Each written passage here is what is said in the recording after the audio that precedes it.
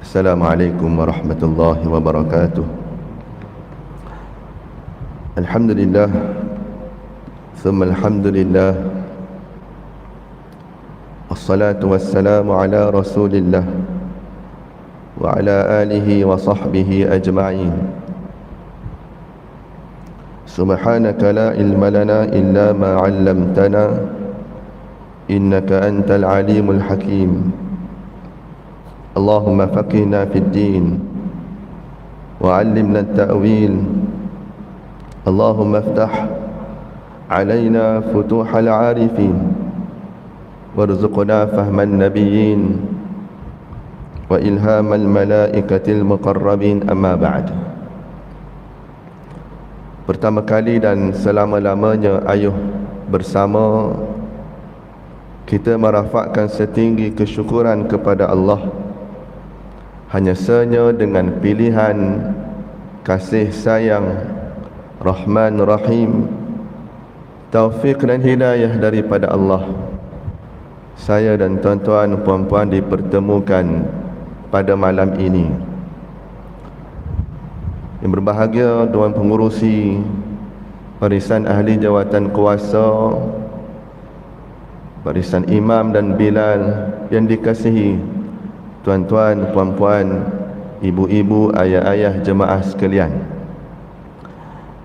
Pada malam ini insya-Allah pertemuan saya bersama dengan tuan-tuan, puan-puan untuk slot kuliah maghrib, pertemuan yang terakhir, kerana selepas daripada ini kita akan cuti untuk menyambut ketibaan bulan Ramadan Al-Mubarak. Dan insya-Allah selepas raya juga kita akan ambil cuti untuk kuliah maghrib, dan panjang umur ada rezeki, insya-Allah kita berjumpa lagi selepas raya nanti. Untuk pertemuan pada malam ini, saya berniat untuk mengajak perhatian, untuk menarik perhatian tuan-tuan, puan-puan, ibu-ibu, ayah-ayah, untuk kita bincang mengenai satu tajuk. Secara umumnya amalan yang Nabi buat, dan secara khususnya iaitu apakah ataupun bagaimanakah Nabi sallallahu alaihi wasallam membelai uban ataupun rambut yang berwarna putih. Seingat saya dulu dalam satu sesi kuliah maghrib, ada secara ringkas saya menyebut mengenai uban. Cuma pada malam ini insya-Allah kita akan pergi dengan lebih secara terperinci berdasarkan kepada himpunan hadis yang telah dilakukan, yang telah diusahakan oleh Imam At-Tirmizi. Hadis-hadis ini kesemuanya adalah berkaitan dengan uban Nabi sallallahu alaihi wasallam. Tuan-tuan, puan-puan, ibu-ibu, ayah-ayah, saya mulai dengan satu kisah yang mana berlaku pada sekitar 3-4 tahun lepas. Saya dalam perjalanan nak pergi ke Wangsa Maju,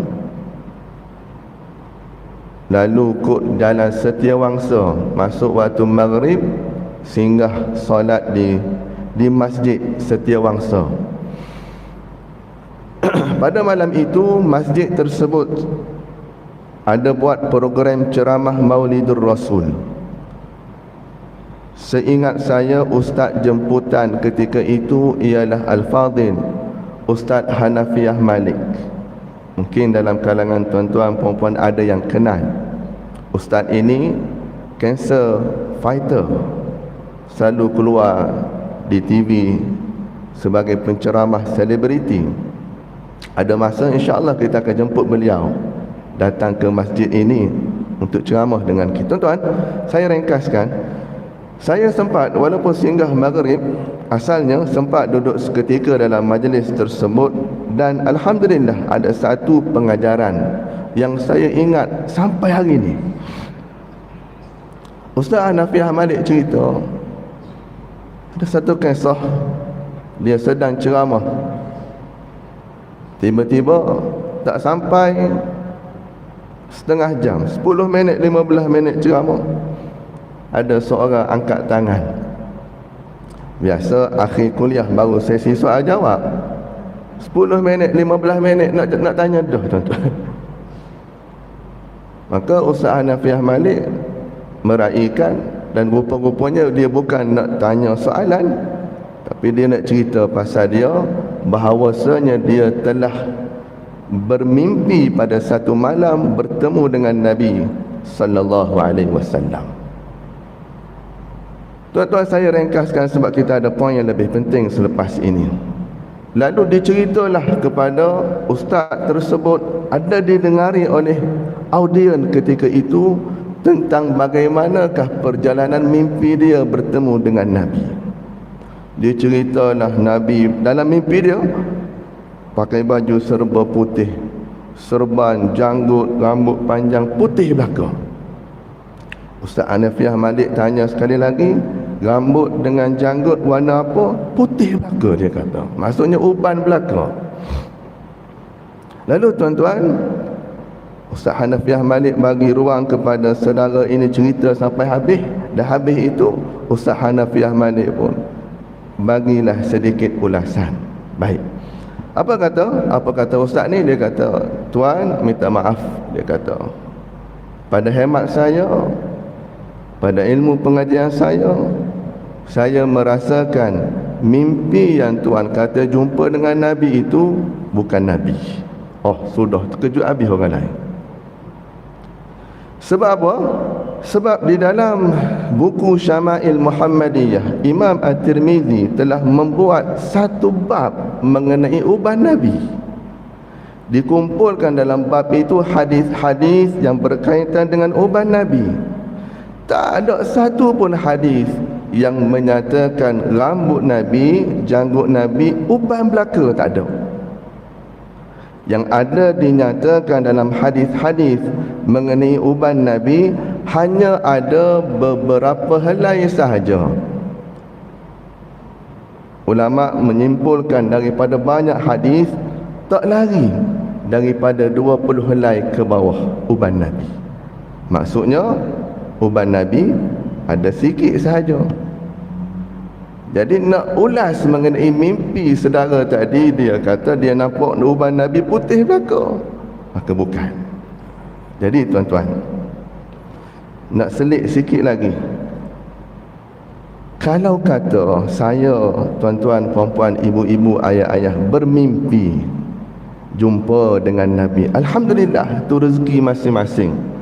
Ada kebaikan, tuan-tuan, puan-puan, ibu-ibu, ayah-ayah yang kita buat, Allah kurniakan kita mimpi jumpa Nabi, alhamdulillah. Cuma lebih baik kita tak payah wawarkan, tak payah up status tuan-tuan, mimpi jumpa Nabi, tak payah, tak perlu. Boleh nak cerita, jumpa ustaz-ustaz untuk tafsirkan mimpi tersebut.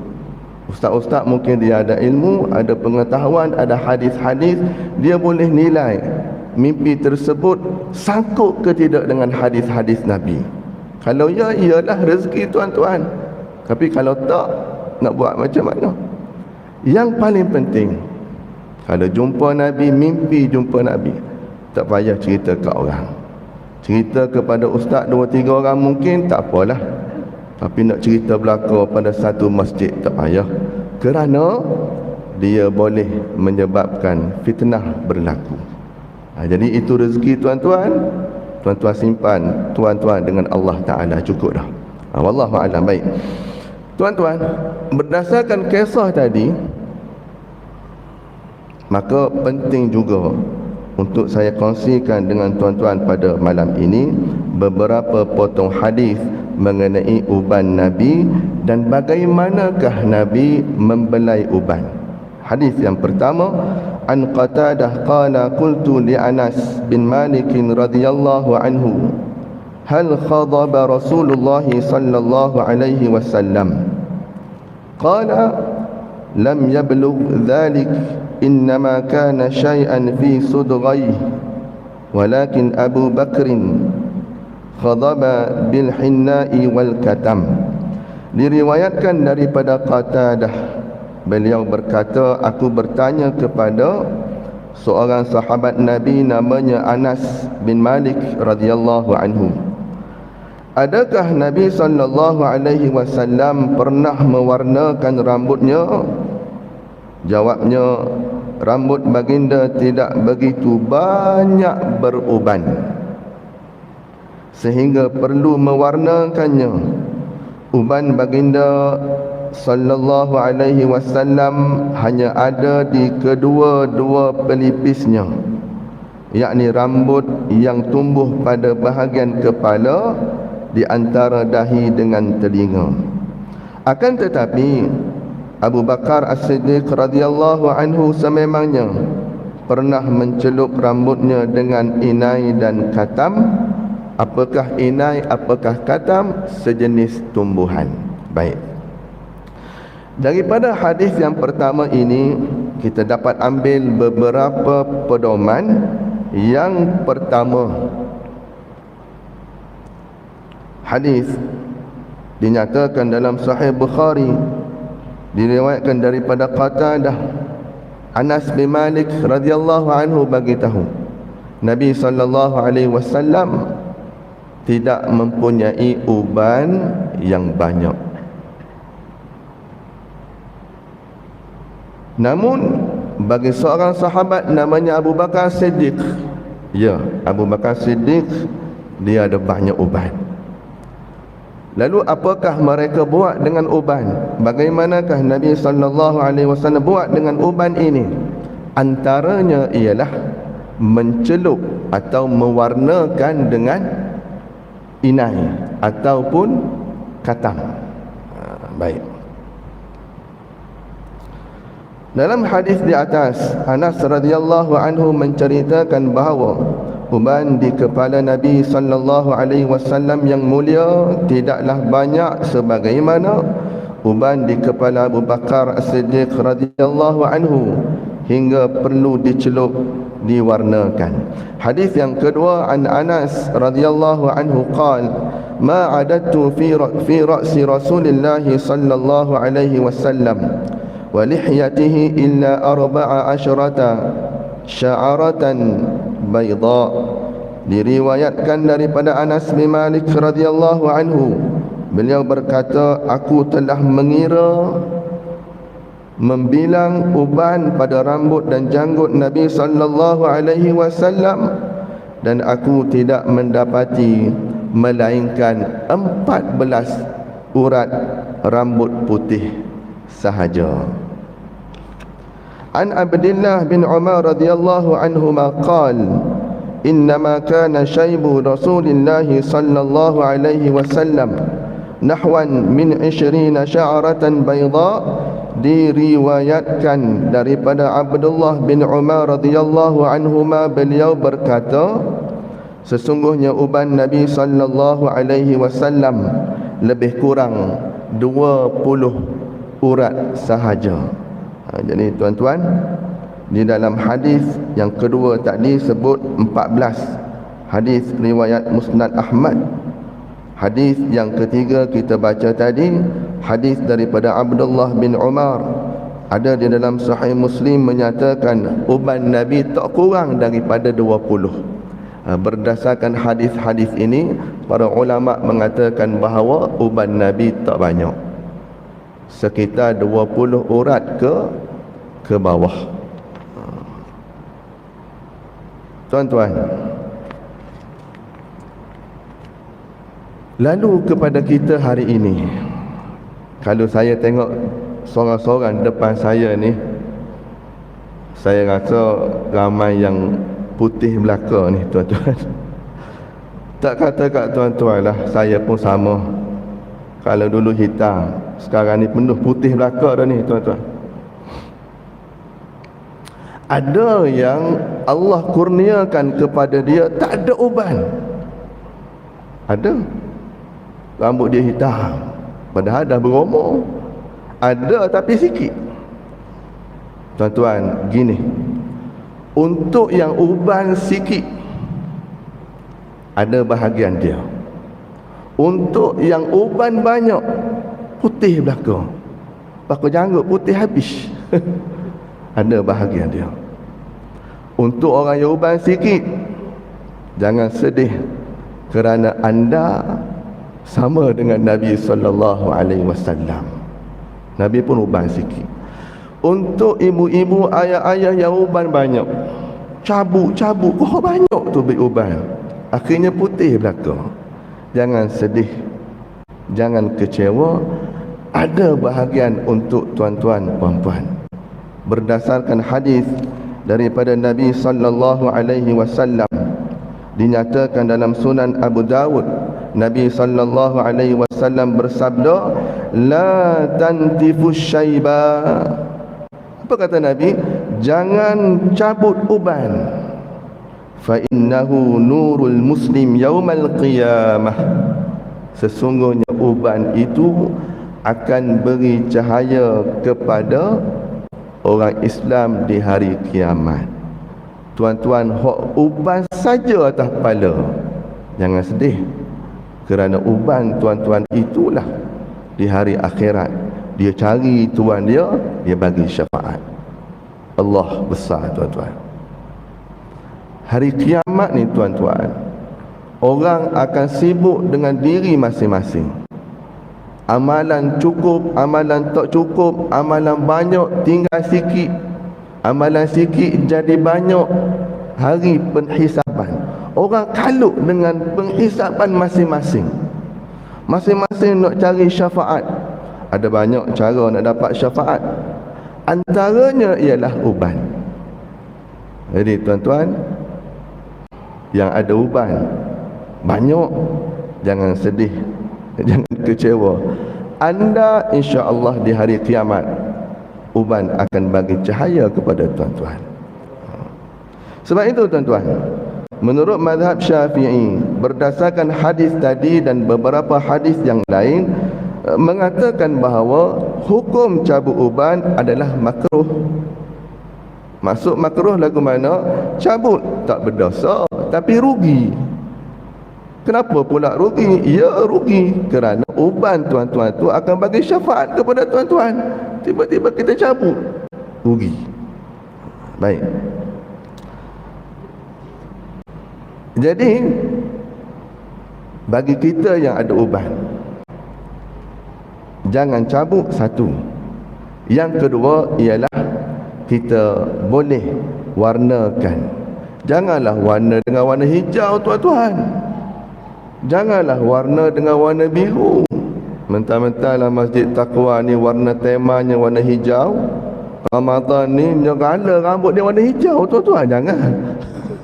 Ada beberapa warna yang dibolehkan. Antaranya ialah melalui daun inai. Tuan-tuan, kalau daun inai ni biasa kalau kita buat, kita proses, warnanya sedikit warna oranye kemerahan. Boleh dilakukan oleh Sayyidina Abu Bakar As-Siddiq dan Nabi SAW juga.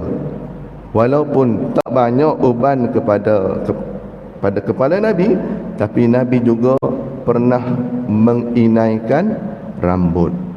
Jarang-jarang, tetapi Abu Bakar Siddiq antara orang sahabat yang banyak uban dan banyak melakukan warna rambut dengan inai. Boleh. Yang kedua, disebutkan dalam hadis pertama tadi, kita boleh mewarnakan rambut dengan sejenis tumbuhan namanya katam. Wallahu a'lam, jangan tukar dengan ketum. Kalau ketum di tempat kita tuan-tuan ada, tapi katam ini adalah sejenis tumbuhan yang ada di tanah-tanah Arab. apakah fungsi, apakah khasiat khatam ini? Dia boleh proses dan boleh digunakan untuk warna rambut dan janggut. Dari sudut hukum boleh. Jadi bagi tuan-tuan yang ada uban, ada dua pilihan. Pertama, jangan cabut. Geramnya ustaz, duk main gatal kepala ni, cabut juga tak dosa, makruh tetapi rugi. Pilihan yang kedua, boleh warnakan dengan inai ataupun daun khatam. Baik. Persoalan seterusnya yang mungkin ada kaitan dengan perbincangan kita ialah, ustaz, bolehkah kita nak warnakan uban dengan warna hitam? Nak suruh nampak muda sikit, warna hitam. Tuan-tuan, gini, dalam persoalan ini kita melihat kepada hukum yang berkaitan. Untuk mewarnakan rambut, khususnya uban, warnakan dengan inai dan khatam, boleh diharuskan, dibuat oleh Nabi dan ia amalan para sahabat juga.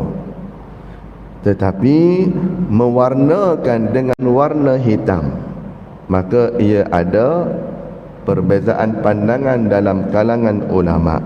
Saya memetik satu artikel daripada pejabat mufti wilayah. Hal ni senang tuan-tuan. Tuan-tuan pun boleh search, tuan-tuan boleh baca keseluruhan artikel.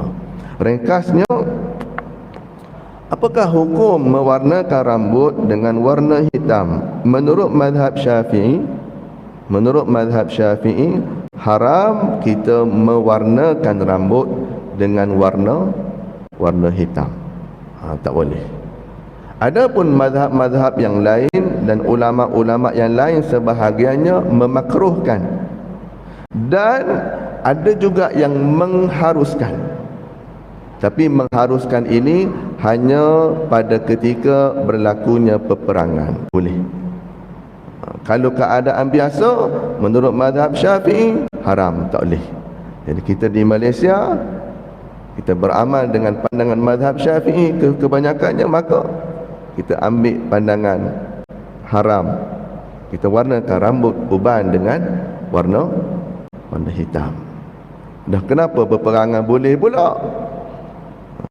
Tuan-tuan, perang ni nak suruh nampak kuat. Dari sudut psikologinya nak suruh musuh tu rasa ugoh. Musuh itu rasa gentar, tengok kekuatan. Antara nak tunjuk kekuatan itu, janganlah hantar orang yang ada uban. Hak ada uban ni kuat juga, tetapi secara psikologinya. Ada saya kenal seorang imam berumur dah tuan-tuan, uban saja, uban putih. Kita duk kata dia lemah, sebenarnya dia tak lemah. Dia ada isteri 3 tuan-tuan. Saya pula malu dekat dia. Rupanya rambut putih ni, dia bukan dia lemah, kita nampak lemah. Dia lebih kuat, dia ada isteri 3, kita seorang je. Cuma dari sudut luaran, nak pergi perang, nampak berubah belakang ni, harus warnakan dengan warna hitam. Nak suruh musuh nampak gentar. Untuk itu, selain daripada keadaan peperangan, maka kita berpegang pada pandangan mazhab. Mazhab Syafi'i kata haram warnakan dengan warna hitam. Sebahagian ulama lain memakruhkan. Wallahu a'lam.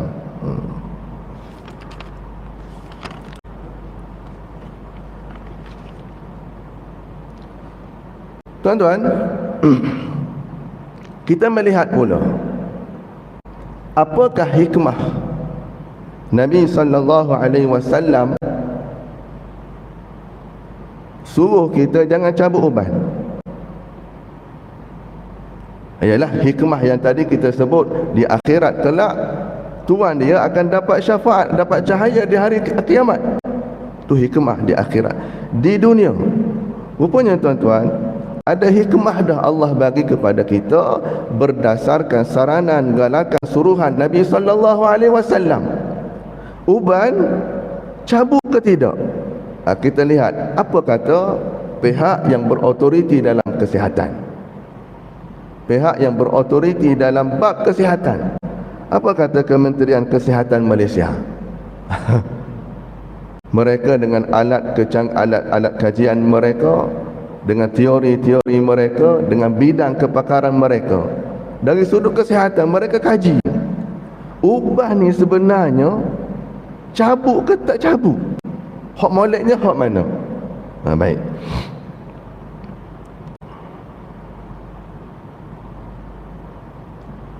Uban adalah rambut yang tumbuh tidak cukup matang dengan kekurangan pigmen melanin yang memberi warna pada rambut atau kulit. Jadi uban cabut ke tidak? Menurut Kementerian Kesihatan, disarankan agar uban tidak dicabut. Ini menurut orang yang mempunyai otoriti dalam sains kesihatan, tuan-tuan. Mereka kaji dan mereka menyimpulkan uban disarankan jangan dicabut, tuan-tuan. Apa justifikasi mereka? Mereka kata folikel rambut ini sedang dibaiki. Jika dicabut, ia tidak akan tumbuh langsung kerana kerosakan pada folikel rambut tersebut. Ini tuan-tuan, hikmah sunnah Nabi, hikmah amalan Nabi. Di akhirat insya-Allah dapat, tuan-tuan. Kadang-kadang di dunia ni Allah bagi dah.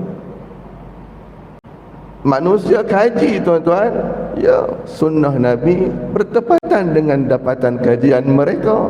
Mereka kata jangan cabut kerana uban ini ialah rambut yang sedang diperbaiki. Jangan cabut. Kalau cabut juga menyebabkan rambut tu tak tumbuh terus.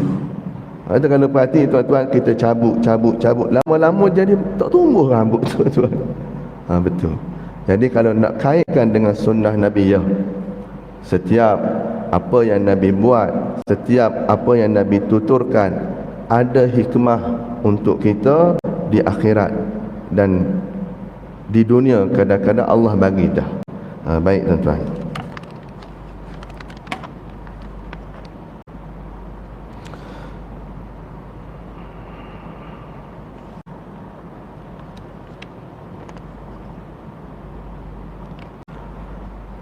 An Ibni Abbas radhiyallahu anhuma qala Abu Bakr radhiyallahu anhu ya Rasulullah qad shibta qala shayyabatni hudun wal waqi'ah wal mursalat wa amma yatasaalun wa idha asy-syamsu kuwirat. Diriwayatkan daripada Ibnu Abbas radhiyallahu anhuma, beliau berkata, Abu Bakar As-Siddiq radhiyallahu anhu telah berkata kepada Rasulullah sallallahu alaihi wasallam, "Ya Rasulullah, aku telah melihat engkau beruban." Sabda baginda Nabi sallallahu alaihi wasallam, surah-surah inilah yang telah menjadikan aku beruban. Surah apa, tuan-tuan? Surah Hud, surah Al-Waqi'ah, surah Al-Mursalat, surah Amma Yatasaalun, surah Idza Syamsu Kuwirat. Maksud hadis di atas ialah baginda merenung betapa hebatnya surah-surah tersebut yang menceritakan tentang kegemparan hari kiamat dan balasan-balasan yang ditimpakan Allah ke atas umat-umat terdahulu, menambahkan kebimbangan baginda terhadap umatnya. Baginda khawatir mereka akan mengalami nasib yang sama seperti umat-umat terdahulu, sehingga menyebabkan Rasulullah sallallahu alaihi wasallam mengalami kebimbangan, maka rambut baginda beruban sebelum tiba masanya. Ada beberapa faktor uban itu tumbuh di kepala kita. Antaranya bebanan, ataupun dia panggil apa? Tekanan emosi, stres, tumbuh uban. Antara faktor lain dinyatakan oleh Kementerian Kesihatan, faktor genetik, kekurangan vitamin B12, tekanan emosi, merokok. Ni faktor uban berlaku ni tuan-tuan.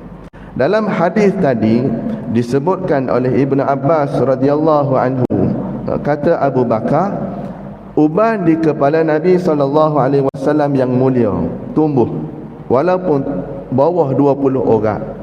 Tetapi Nabi kata, berdasarkan hadis tadi, antara faktor yang menyebabkan uban tumbuh di kepala Nabi yang mulia ialah bila Nabi baca beberapa surah, antaranya surah Hud, surah Waqiah, surah Mursalat, surah An-Naba dan surah At-Takwir. Surah ini tuan-tuan, kalau perhati dalam terjemahan, insya-Allah surah ini menceritakan banyak tentang kegemparan hari kiamat dan balasan-balasan. Jadi Nabi bimbang, khawatir, takut benda tu berlaku kepada umat dia. Disebabkan kebimbangan itu tumbuh uban. Kita hari ni tuan-tuan tumbuh uban bimbang juga. Bimbang kenapalah. Banyak benda kita bimbang tuan-tuan. Ni duduk di masjid ni banyak benda kena bimbang ni. Hujan je trip, hujan je trip. Atap bocor semua gitu gini. Kita bukan tak buat, kita buat. Buat alik ni, bocor alik ni pula. Tuan-tuan kena faham, bangunan ni berumur puluhan tahun. Jadi benda-benda ni kadang-kadang kita stres juga ni tuan-tuan. Sebagai pengurusan masjid kita stres. Tapi itulah kadang-kadang sebab stres benda-benda gini tuan-tuan, tumbuh uban. Tapi Nabi SAW bimbang, tekanan, tetapi bila Nabi baca surah Al-Quran. Jadi tuan-tuan, ni nak masuk Ramadan ni tuan-tuan. Nak masuk Ramadan ni tuan-tuan, kita akan buat tadarus. Mari join ramai-ramai muslimin, muslimat. Saya difahamkan saban tahun jadi tradisi adakan tadarus. Bagus, teruskan seperti kebiasaan. Sebulan sekali, minggu keempat, hari Sabtu, hari Ahad, kita buat bacaan tadarus khatam. Bagus, teruskan. Cuma ambil satu lagi slot tuan-tuan, boleh tambah, kita tadarus dan kita baca makna. Hak ni buat sendiri pun tak apa. Kerana kita nak meneladani Nabi SAW. Nabi baca dan Nabi faham, kebimbangan tu menusuk dalam hati sehingga menyebabkan antara faktor tumbuh uban di kepala Nabi SAW. Jadi tuan-tuan, bukanlah kita baca nak suruh kita stres, tak. Suruh kurang-kurangnya ada satu peningkatan. Baca. Kita ambil satu lagi peningkatan, kita cuba untuk faham makna ayat. Baik tuan-tuan.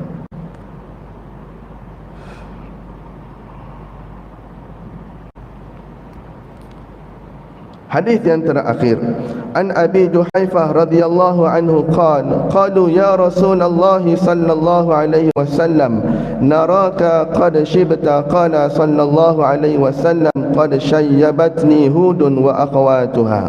Diriwayatkan daripada Abu Juhaifah radhiyallahu anhu, beliau berkata, para sahabat telah berkata kepada Rasulullah sallallahu alaihi wasallam, kami melihat engkau telah beruban. Baginda menjawab, surah Hud dan surah-surah sepertinya yang menyebabkan aku beruban. Jadi tuan-tuan, Nabi kata dalam beberapa hadis, antara faktor uban tumbuh di kepala Nabi yang mulia ialah apabila Nabi baca Al-Quran, surah-surah yang kita sebut tadi, kebimbangan Nabi menyebabkan uban tumbuh.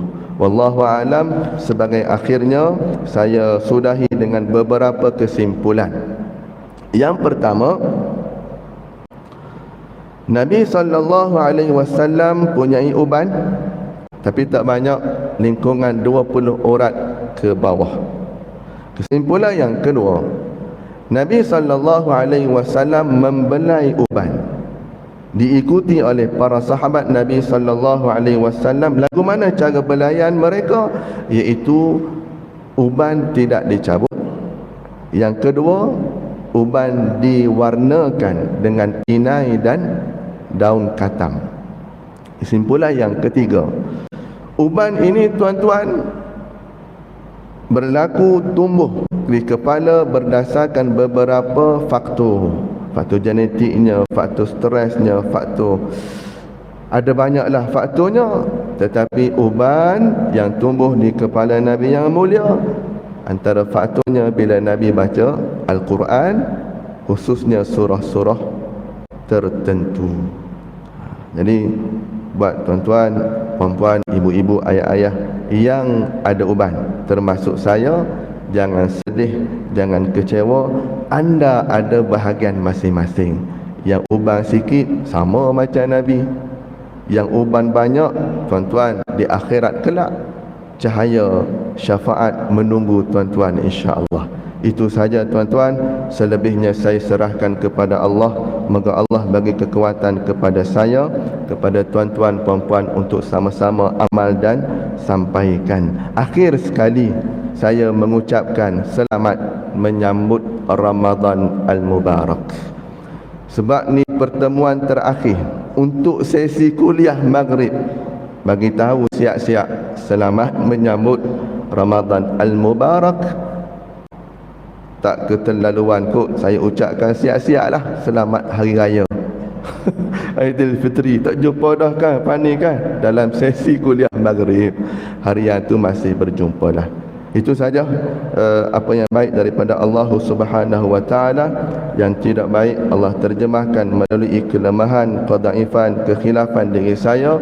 Untuk itu saya minta ampun kepada Allah, minta maaf kepada tuan-tuan, puan-puan, ibu-ibu, ayah-ayah. Sepanjang saya berkuliah di sini, andai ada terkasar bahasa, terlanjur bicara, tersasur tutur kata, maka saya minta maaf. InsyaAllah tuan-tuan ada rezeki panjang umur. Kita jumpa lagi pada sesi kuliah maghrib selepas raya nanti. Aku qauli hadza wa astaghfirullahal azim li wa lakum. Assalamualaikum warahmatullahi wabarakatuh.